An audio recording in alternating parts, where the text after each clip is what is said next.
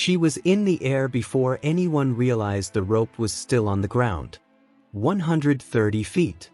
No safety line. Nothing between her body and the rocky riverbed below. And the moment she left their hands, the screaming started. But it was already too late. Video footage, widely circulated on social media, has since accumulated millions of views. Millions of people watched it happen in real time. And not one of those millions could explain how a 21-year-old woman with everything to live for ended up falling the equivalent of 13 stories, thrown off a bridge by the very people she paid to keep her alive. This is the case that broke Brazil.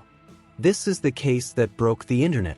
And this is darkness of beneath crimes, going deeper than anyone else has dared to go.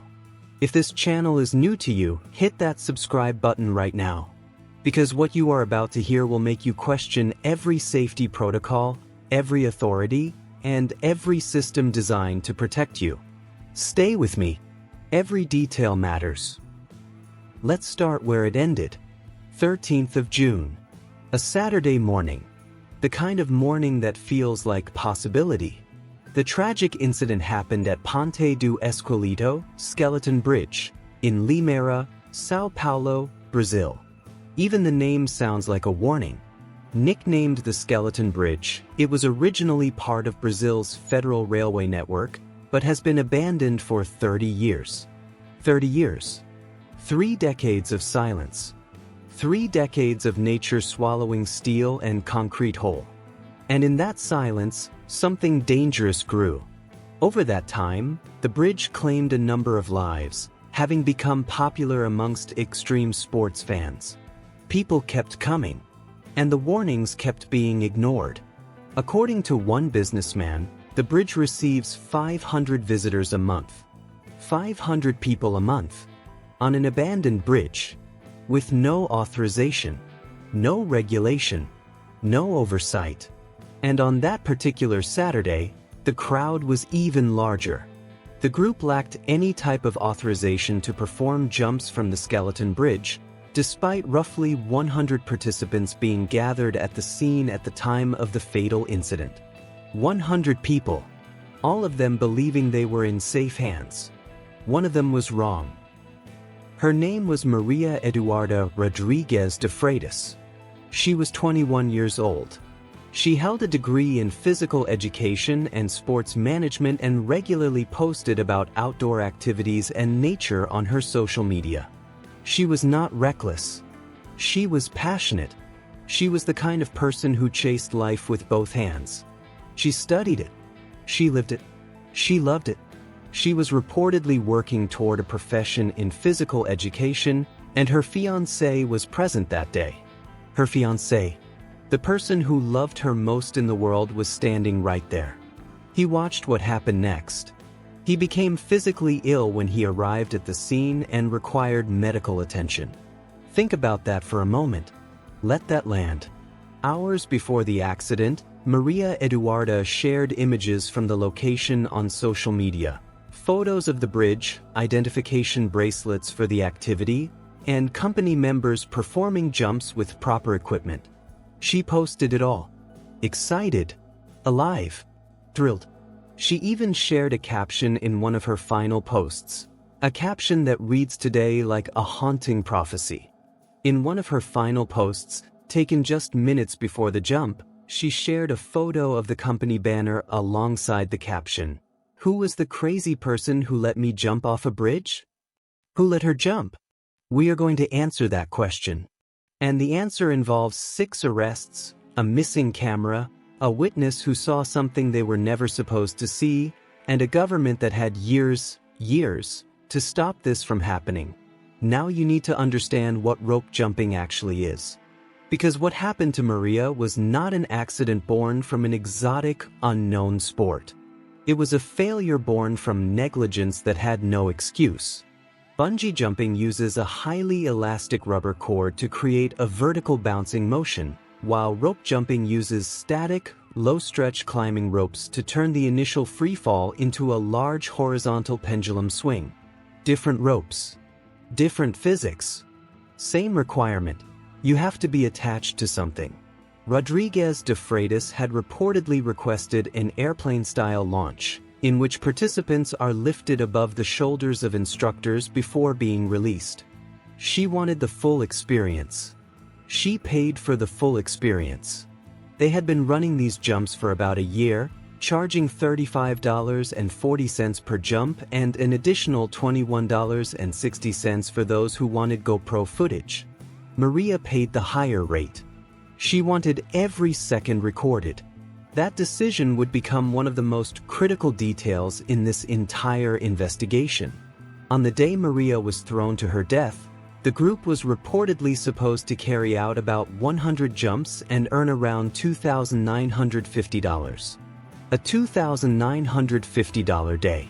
100 jumps. 100 opportunities to get something catastrophically wrong. And here is what nobody on that bridge was doing. According to local police, the organizers of the jump could hardly be described as a formal company. In practice, they were a team operating independently and without supervision. No company, no license, no authorization. Authorities have not publicly identified which man was responsible for attaching the safety rope, who conducted the final equipment inspection, or exactly how Rodrigues de Freitas was allowed to jump without being secured. Nobody knows whose job it was. Or nobody is saying. Those are two very different things. Maria appeared to be wearing a harness but was completely unattached to the bridge or a rope.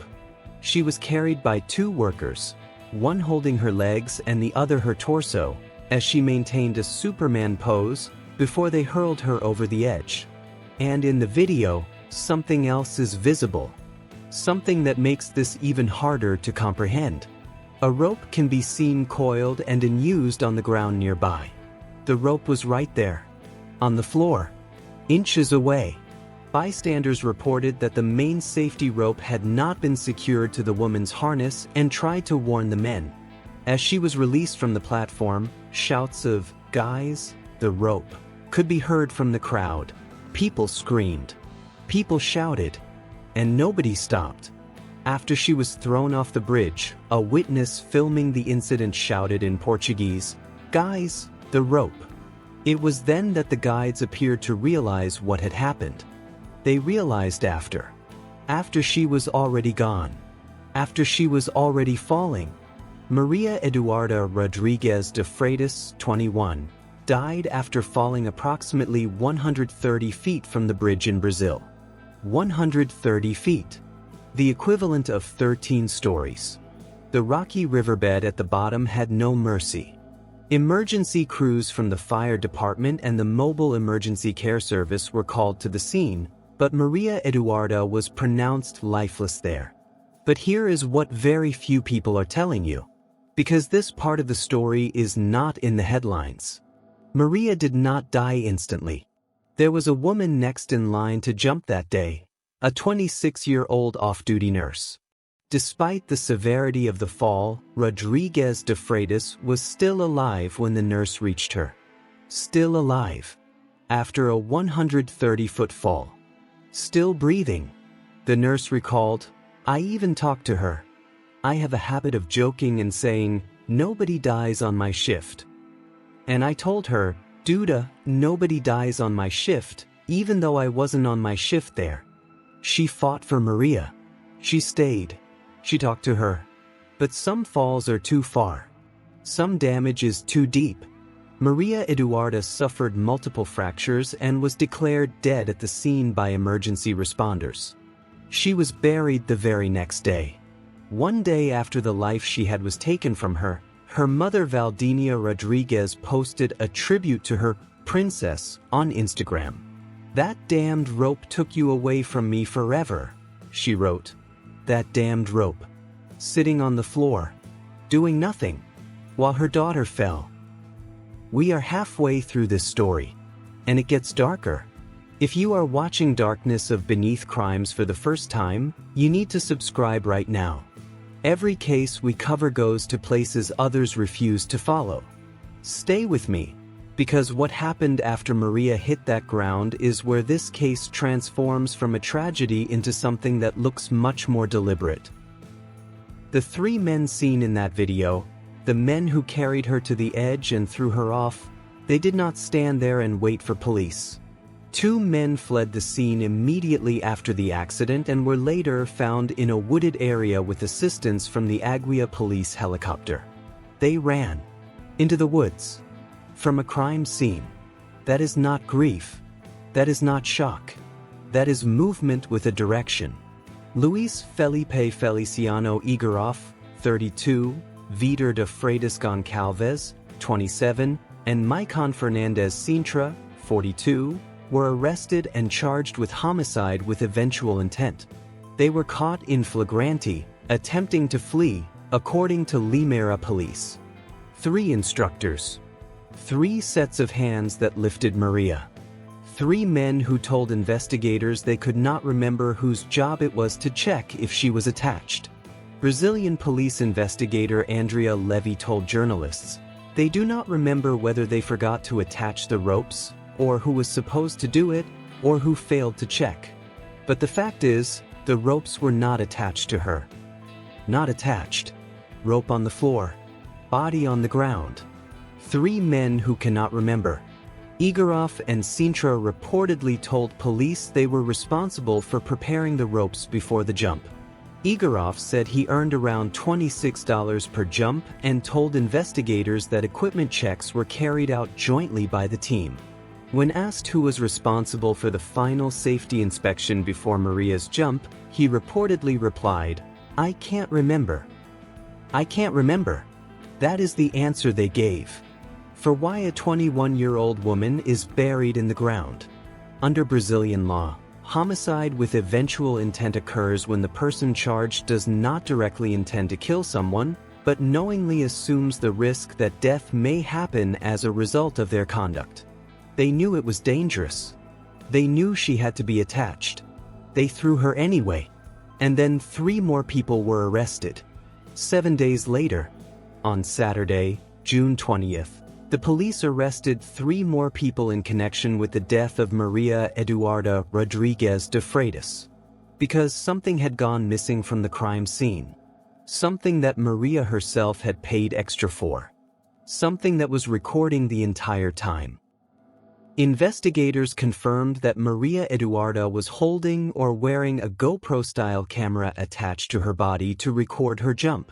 The device is a crucial piece of evidence, as the footage could help establish whether the operators conducted any safety checks before launching her. That camera saw everything. Every moment before the jump. Every conversation. Every check that was or wasn't done. Every second of what happened when Maria left that bridge. And that camera has never been found. Witness Rafael Goulart alleged that he saw an employee remove the camera from Maria's neck strap as she lay critically injured on the ground following the fall. "I saw the girl on the ground," he said. One of the employees removing the GoPro camera from the neck strap of the body that was already on the ground. Maria was still on the ground. Still dying. And someone allegedly walked over, reached down, and took the camera off her body. They have also been accused of deleting digital content, according to the civil police. While defense attorneys argue that the staff only approached the body to provide first aid and check for a pulse, police reject the explanation. They take the view that the missing device is a deliberate effort to block justice. Evidence removal. You decide which one sounds more plausible. The 3 people arrested on Saturday were allegedly on the ground at the bungee jump site. They allegedly fled the scene to a nearby wooded area and attempted to conceal the evidence. They ran too. The same playbook. Different people. And that camera is still missing. When Goncalves was asked during questioning where the GoPro given to de Freitas was, he replied, "We don't know. We don't know." 6 people arrested. 1 missing camera. 0 answers. Now let's talk about the entity that may carry the heaviest responsibility of all. The Brazilian federal government. Long before Maria Eduarda Rodrigues de Freitas was thrown to her death by bungee instructors who failed to attach her safety rope, locals had warned about the area's deadly skeleton bridge. They warned them. For years, Limeira Mayor Murilo Felix said the city council had attempted to adopt local ordinances for more than a year, demanding action from the federal bodies responsible for the area. He called the tragedy unsustainable and unacceptable, adding that the federal government is exclusively responsible for the bridge. A full year of letters. A full year of demands. Ignored. Officials said they had repeatedly requested safety measures in the area before the incident. No concrete action has been taken, the city stated. None. And this bridge was not new to death. Maria was not the first. Maria's death is the third major accident to take place at Brazil's Skeleton Bridge over the last 2 years. The third. In 2 years. In April 2024, a mother of one, Kelly Stefani de Oliveira Alves, 39, was cycling with her husband on the Skeleton Bridge when she lost her balance as her foot touched a low wall. She fell off the bridge and dropped 15 meters with her bike, dying at the scene and leaving behind a 7-year-old son. A mother, a 7-year-old child left without her. Following that accident, Brazil's Ministry of Management and Innovation in Public Services asked for the bridge to be closed and for danger signs to warn people not to go on it. Nevertheless, activities at the site resumed. They asked for it to be closed. It stayed open. A woman died. Activities resumed. Now Maria is dead. And suddenly, the government has announced the bridge will be demolished. Demolished. After a third death. After years of warnings. After a 21-year-old woman fell 130 feet without a rope. Mayor Murilo Felix said, "A young woman of just 21 lost her life in a tragedy that should never have happened. More than sorry, action must be taken so that no other family has to go through such a pain. More than sorry, but not sorry enough to act before Maria fell." Citing repeated attempts to secure the area surrounding Skeleton Bridge, city officials said in a statement that they intend to sue the federal government over Eduarda's death. A lawsuit is now filed. The civil case argues the federal government owned the bridge, was responsible for it, had been warned about it, and did nothing. And then there is the criminal question, the one that makes legal experts pause. The 3 instructors are charged with homicide. But can prosecutors prove they meant to kill her?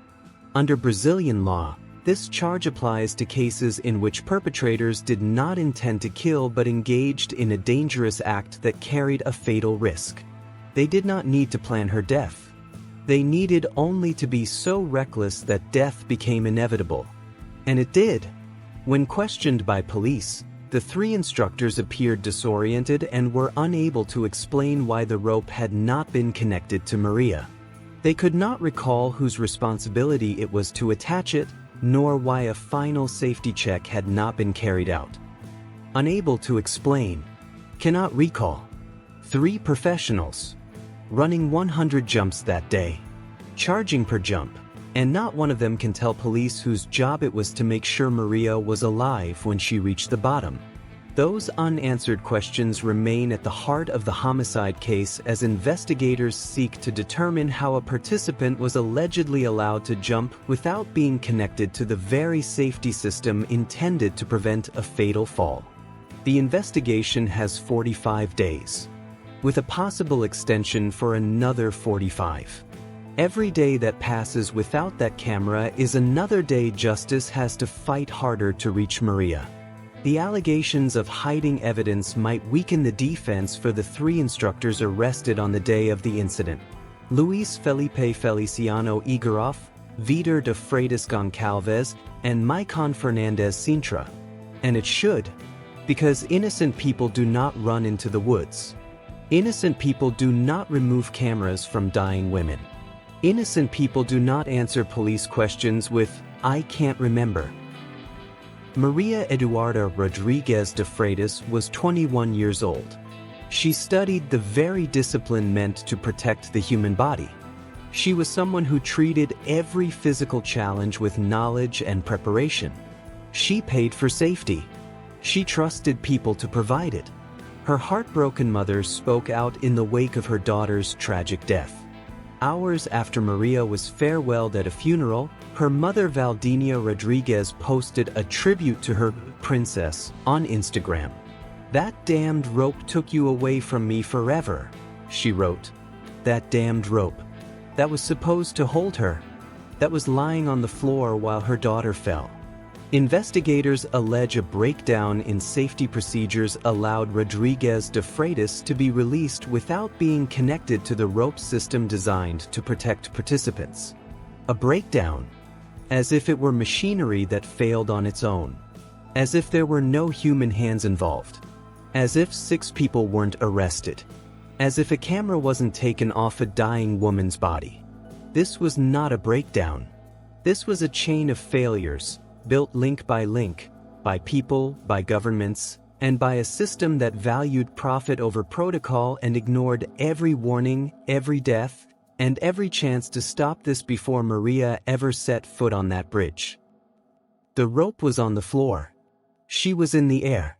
And somewhere out there, a camera holds the truth that everyone who failed her does not want you to see. This case is not over. 6 people are in custody. A lawsuit is filed against a government. A bridge is finally being demolished. And a family is waiting for the justice their daughter deserved before she ever made that jump. Maria Eduarda Rodrigues de Freitas deserved better. From the instructors. From the companies. From the federal government. From every authority that saw the warnings and looked the other way. She was 21 years old. She asked who the crazy person was who let her jump off a bridge. The answer is, all of them. If this story moved you, if this case deserves to be heard, then like this video right now and subscribe to Darkness of Beneath Crimes. We go where others stop. We dig where others look away. We stay until the full truth is on the table. Maria's story will be followed here. Every update, every arrest, every courtroom moment. Because at Darkness of Beneath Crimes, the victims are never forgotten. And the darkness never gets the last word. Stay with us.